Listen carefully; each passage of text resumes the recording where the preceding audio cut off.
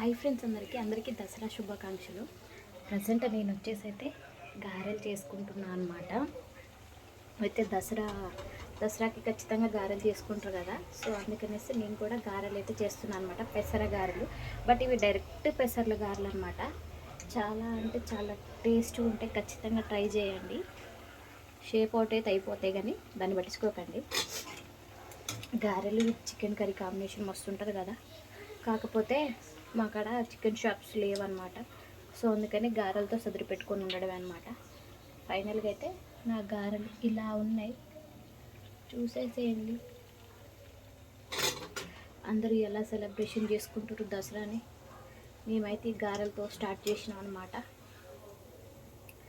Present అయితే ఇది పొట్టు తీయని పప్పు అనమాట, సో అందుకని ఇలా ఉంటున్నాయి. పొట్టు తీసిన దానికన్నా తీయందే టేస్ట్ ఎక్కువ ఉంటుంది. చాలా అంటే చాలా బాగుంటాయి. ఫైనల్గా అందరికీ దసరా శుభాకాంక్షలు. బాయ్.